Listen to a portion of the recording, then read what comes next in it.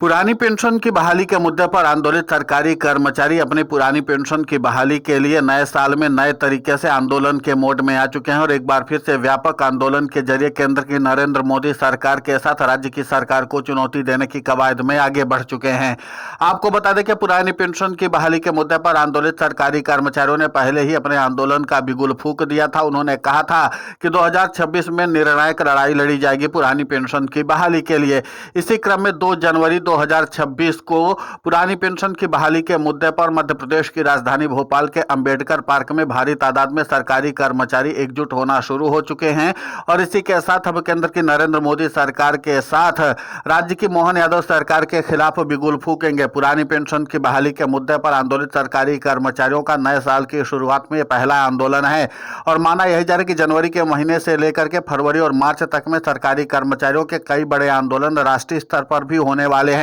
यानी कि पुरानी पेंशन की बहाली के मुद्दे पर आंदोलित सरकारी कर्मचारी 2026 में किसी भी हाल में अपने आंदोलन से समझौता नहीं करने वाले हैं और इसी के साथ राज्यों के साथ साथ अब पुरानी पेंशन की बहाली के मुद्दे पर आंदोलित सरकारी कर्मचारी सीधे केंद्र सरकार को टारगेट पे रखेंगे ताकि पुरानी पेंशन की बहाली के मुद्दे पर सरकार पर ज्यादा से ज्यादा दबाव बनाया जा सके। पुरानी पेंशन की बहाली के मुद्दे पर आंदोलित सरकारी कर्मचारियों का प्रतिनिधित्व कर रहे आजाद अध्यापक शिक्षक संघ के प्रांताध्यक्ष भरत पटेल ने बताया कि पुरानी पेंशन के लिए अब हम लोग आर या पार की लड़ाई लड़ने के लिए तैयारी कर चुके हैं और उसी की शुरुआत जो है सीधे तौर पर हमने 2 जनवरी 2026 को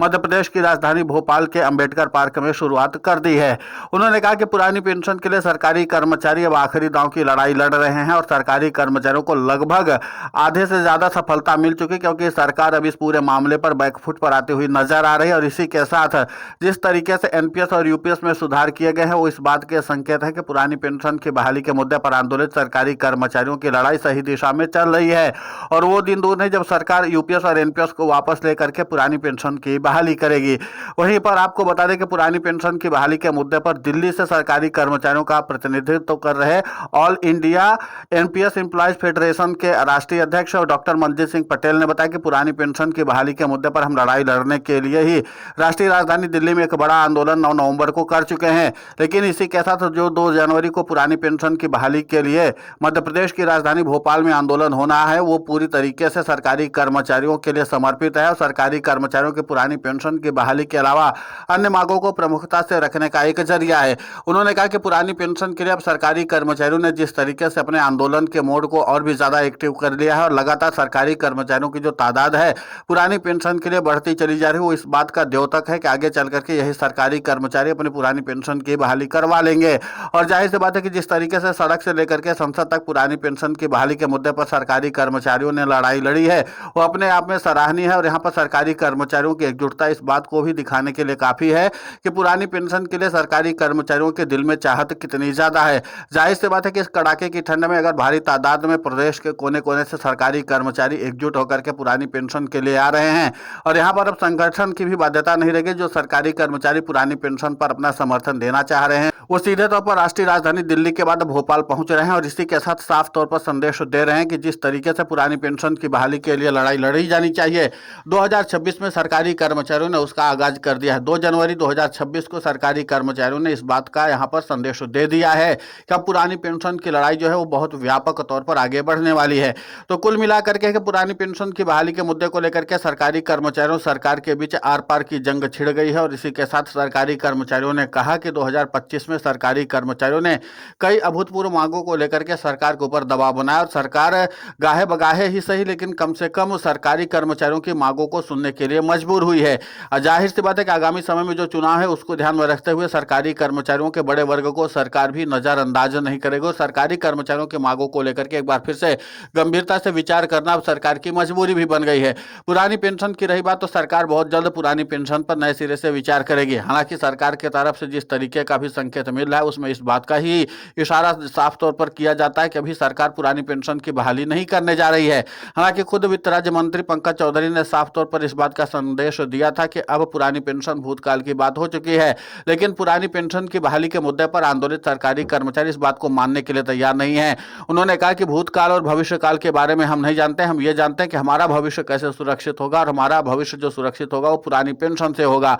और इसीलिए हम लोग अंबेडकर पार्क भोपाल में पहुंचे हुए ताकि सीधे तौर पर सरकार से अपना संदेश दे सके कि सरकार किस तरीके से हमारी मांगों को नजरअंदाज कर रही है। पुरानी पेंशन की बहाली के मुद्दे पर सरकारी कर्मचारियों का यह व्यापक रूप जाहिर सी बात है कि सरकार की टेंशन तो बढ़ाएगा ही बढ़ाएगा, लेकिन इससे के साथ प्रधानमंत्री नरेंद्र मोदी को भी टेंशन में डाल सकता है, क्योंकि राज्यों की राजधानी में पुरानी पेंशन की बहाली के मुद्दे पर आंदोलित सरकारी कर्मचारियों की मौजूदगी शुरू हो चुकी है। और जिस तरीके से व्यापक तौर पर पुरानी पेंशन की बहाली के मुद्दे पर सरकारी कर्मचारी अपने आंदोलन को आगे बढ़ाने की कवायद में जुटे हुए हैं, वो किसी भी हाल में नजरअंदाज करना अब सरकार के लिए भारी नुकसान भरा हो सकता है। पुरानी पेंशन की बहाली का मुद्दा लगातार चर्चा का विषय बना रहा है, और खासकर वहां पर जहां पर बीजेपी शासित और एनडीए शासित सरकारें हैं, वहां पर सरकारी कर्मचारियों ने सरकार की नाक में दम कर रखा है। और इसीलिए पुरानी पेंशन की बहाली के मुद्दे को लेकर के नए सिरे की लड़ाई 2026 में शुरू हो चुकी है। और अगर पुरानी पेंशन की बहाली के मुद्दे पर आंदोलित सरकारी कर्मचारियों का प्रभाव और वर्चस्व इसी तरीके से कायम रहा, तो आगे चल करके सरकारी कर्मचारियों की मांगों को मानना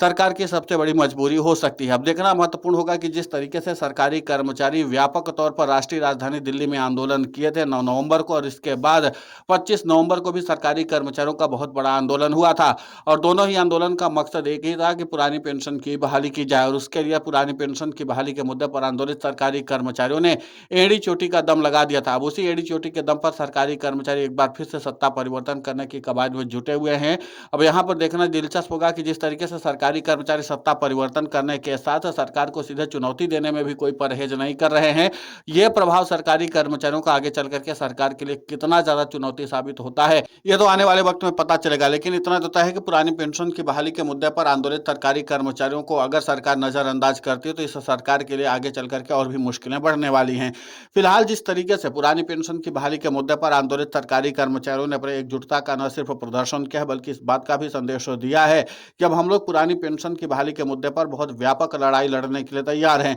उधर एनएमओपीएस के राष्ट्रीय अध्यक्ष और अटेवा के प्रदेशाध्यक्ष विजय कुमार बंधु ने भी बातचीत में इस बात का साफ संदेश दे दिया है कि पुरानी पेंशन की बहाली के मुद्दे पर आंदोलित सरकारी कर्मचारी अगर 2026 में अपनी एकजुटता के साथ आगे बढ़ते हैं और अपनी ताकत को दिखाते हैं, तो केंद्र की नरेंद्र मोदी सरकार सरकारी कर्मचारियों की मांगों को मानने के लिए मजबूर हो जाएगी। तो कुल मिलाकर के है कि सारा सवाल जो घूम रहा है वो है सरकारी कर्मचारियों की एकजुटता का, और अगर सरकारी कर्मचारी एकजुटता के साथ आगे अपने आंदोलन को बढ़ाते हैं, तो फिर सरकारी कर्मचारियों के प्रभुत्व को रोक पाना सरकार के लिए भी चुनौती बन जाएगी। और सरकारी कर्मचारी फिलहाल राज्यों की राजधानी में तो आंदोलन कर ही रहे हैं, लेकिन आजाद अध्यापक शिक्षक संघ के प्रांताध्यक्ष भरत पटेल ने मीडिया से बातचीत करते हुए इस बात का साफ संदेश दिया है कि अगर सरकारी कर्मचारियों की मांगों को लेकर के भोपाल में आंदोलन के बाद भी सरकार गंभीर नहीं होती है, तो हम लोग ब्लॉक स्तर पर, जिला स्तर पर भी आंदोलन करेंगे और सरकार को चुनौती पेश करेंगे। फिलहाल इस पूरे घटनाक्रम को लेकर के आपकी प्रतिक्रिया बहुत महत्वपूर्ण होती है, आप हमें कमेंट करके जरूर बताएं। साथ ही पुरानी पेंशन की बहाली के मुद्दे पर हम लगातार आंदोलित होकर के खबरें चला रहे हैं। आप हमारे समर्थन के लिए चैनल को सब्सक्राइब करें, खबर को ज्यादा से ज्यादा शेयर करें, ताकि पुरानी पेंशन की बहाली का मुद्दा और बुलंद हो।